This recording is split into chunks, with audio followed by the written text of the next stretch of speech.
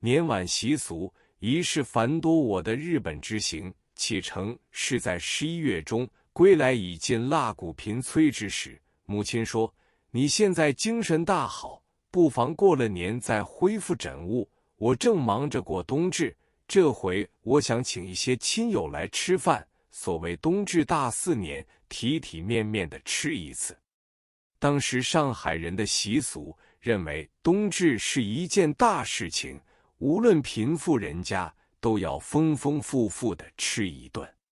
不过相传的风气，冬至之夜只限于自己家人团聚，是不请外人来参加的。要是在冬至前一夜举行，那就可邀请亲友来吃一餐了。我就想到许多亲友和医界同学，在我游日和返国时，都有过为我饯行或洗尘设宴，正可以借此机会酬谢他们一下。可是住在南市的人有一种风气，喜庆宴客都在南市。这次我便挑在租界上有名的一品香大礼堂宴客。这个大礼堂可以排20-30桌酒，富丽堂皇得很。于是南市的老亲友都穿了新衣衫来参加。这次宴会热闹得很，我的四父认为是太张扬，母亲则认为是很风光。记得这一次的筵席是有排斥的，每席的代价是14元，菜肴很丰盛，一共吃了16桌。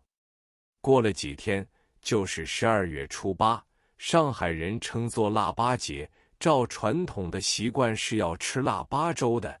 所谓腊八粥，是用栗子、枣子、黄豆、白果、莲子、芡实、青菜、白米同煮成的。煮好之后互相分送，虽然原料大致相同，但是上口之后一家有一家的风味。其实一锅腊八粥的代价不过1元左右而已。到了12月24日，是上海人送灶神的日子。本来家家户户的灶间都供有一个灶君老爷神像，到了那天就要准备许多贡品，贡品之中最重要的一种就是糖元宝，是用饴糖来做的。据老人家说，这种糖元宝粘性很重，是让灶君老爷吃了之后，饴糖粘实了嘴巴，上天之后可以不说坏话。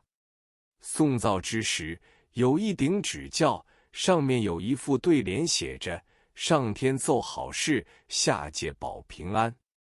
意思说，上天只能说好话，不可说坏话。这真是滑稽极了。送灶完毕，就要打扫整间屋子了。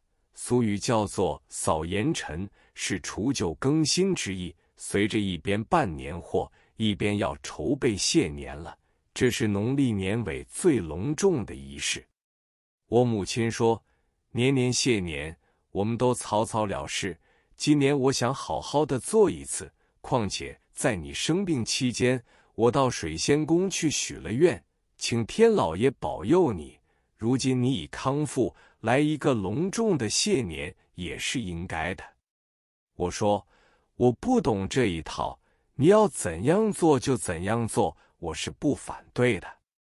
我母亲提起从前分家的时候，四父一个现钱都不要，只分到了一副锡的饰件和一套宝石的细纹。所谓饰件，就是锡制的一只香炉、一对蜡烛台，还有2只贡桶，是插一对孔雀毛的掌扇，名为武士件。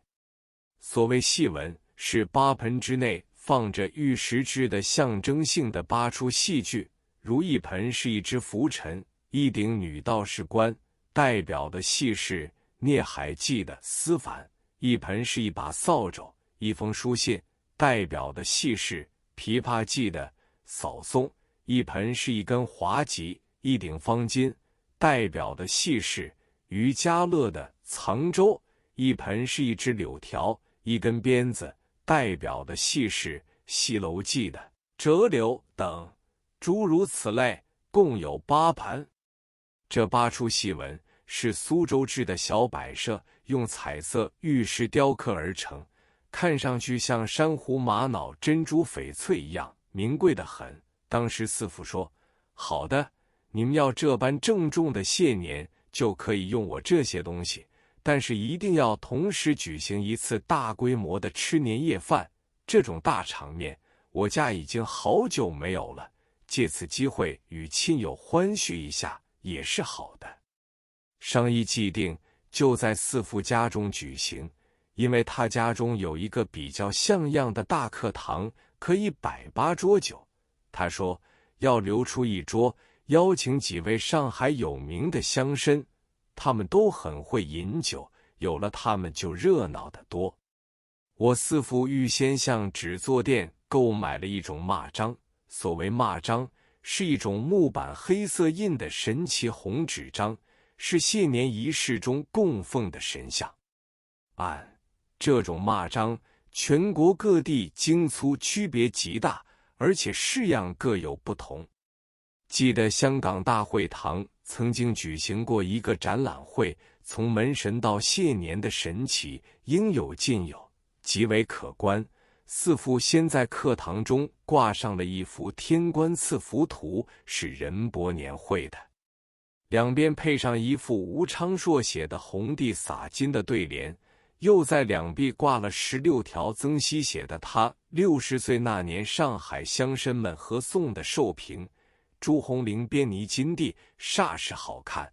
所有座椅茶几都罩上了红绫绣花的一批，桌围真是一片满堂红。在天官赐福图下是谢年神旗，供在中央。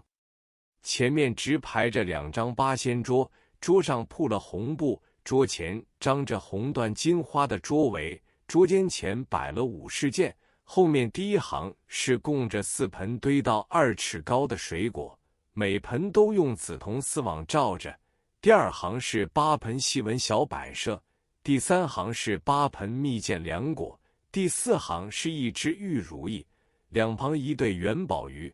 所谓元宝鱼即是鲤鱼，祭神用的必须是活生生的，寓有鲤鱼跳龙门之意。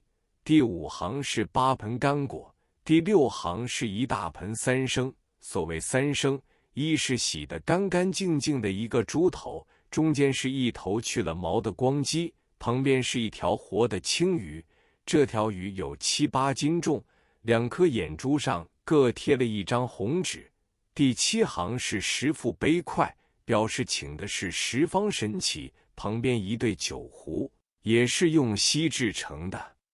这般的陈设，由我母亲和几位福寿双全的老太太一边摆设，一边口中念念有词的对每一样东西都有一种好口彩。譬如摆生果时，称苹果为平平安安，称甘蔗为节节高、年年高，称福菊为鸿福齐天，这样的念。我在旁边听了很是好笑，很多小孩子也听得喜气洋洋。到了下午6时，四父焚香点烛，由他老人家第一个上香叩头。叩头之先除下眼镜，再拍下身上的灰尘，然后下跪，连叩了3个头，接着就依照辈分，男的先叩头，然后轮到女的叩头，大家都虔诚得很。